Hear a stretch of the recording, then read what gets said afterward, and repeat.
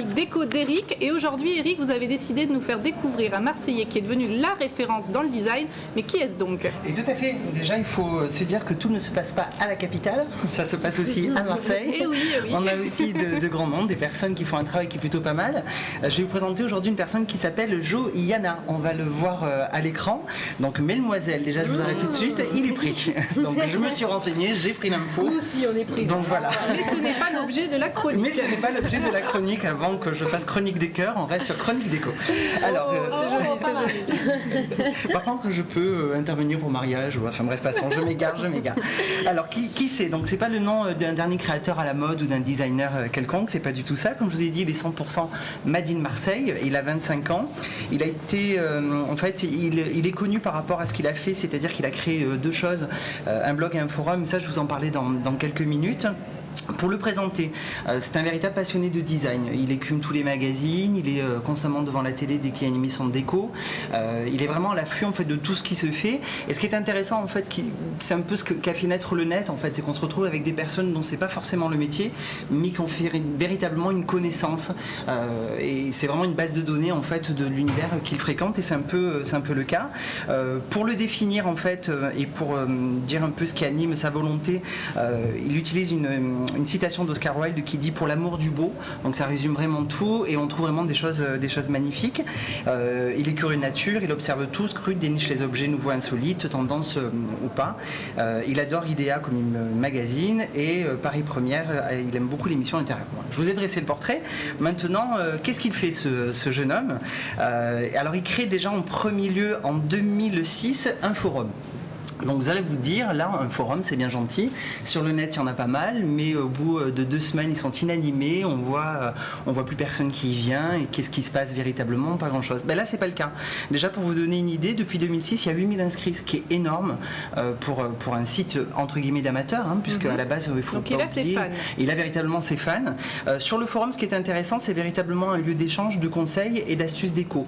Ce sont des amateurs, mais ils travaillent véritablement comme des pros. Il y a vraiment toute une équipe qui est là. Il y a certaines personnes qui sont connues comme David Bitton ou Apolline Terrier qui vont apporter une touche technique. C'est en gros de dire on n'est pas des pros mais on peut vous apporter quelque chose. Donc ça c'est intéressant. Donc justement si on a une question, voilà, on a envie de faire une peinture, avoir un rendu un peu spécial, votre etc. gros souci du moment. Donc il faut aller sur le forum. Sur le forum, voilà, on lui pose cette question. On s'inscrit gratuitement, on pose sa petite question, on poste sa petite photo et il vous fait une grande réponse. Ce qui est intéressant, c'est que c'est participatif. Donc, chacun va vous donner des éléments en fait, qui vont vous permettre de pouvoir trouver une solution. Je vais tester. Voilà. Parce que Sman n'est pas seulement maquilleuse, chroniqueuse, resto, mais également peintre chez elle. En bâtiment. Donc, par contre, elle va pouvoir faire une chronique sur la peinture des murs parce qu'elle est nickel. Elle devient imbattable là, ces derniers jours. Donc, le forum, c'est intéressant. Il y a pas mal de sujets de discussion, blabla déco, design et tendance, la déco par les couleurs, émission TV, presse et libre. Donc, on y trouve vraiment tout ce que l'on veut pour trouver les informations. Donc, c'était la première chose. La deuxième chose, c'est le blog. Le blog est venu naturellement, en fait. Il a voulu essayer d'avoir quelque chose qui a un contenu un peu plus journalistique et un contenu interactif plus interactif et magazine. Il a été créé en 2006. Il faut savoir qu'il y a en moyenne 3500 personnes par jour. Je ne sais pas si vous vous rendez compte, mais c'est énorme pour un blog.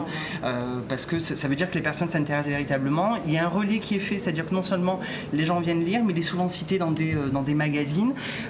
Il est fan de Karim Rachid, qui est un designer originaire du Caire qui fait des choses magnifiques. Alors là par exemple, il est fan de Karim Rachid. Qu'est-ce qui se passe? Il lui dit, voilà, je suis fan de votre travail. Il y a une amitié qui se lie et avant tout le monde, il a la possibilité parfois de montrer les créations en ligne. Donc il y a véritablement un échange qui s'est fait. Pour le citer rapidement, son coup de cœur en ce moment en lieu, c'est le Pantone Hotel à Bruxelles, qui est vraiment génial. Ensuite, le coup de cœur design du moment, c'est le projet Karems de Karim Rachid, ce qui est vraiment pas mal. Et la tendance du moment pour lui, c'est le blanc avec des touches de couleurs. Voilà. C'est un homme de goût, vous l'aurez compris, un homme complet. Désolé mesdemoiselles s'il n'est pas disponible. Peut-être que Franck, le copain de ma copine Valérie, est disponible. N'hésitez pas. Voilà, Valérie Damido. L'adresse du blog s'est inscrite. N'hésitez pas à y aller. Merci beaucoup Eric. Restez avec nous. On se retrouve dans quelques instants avec la rubrique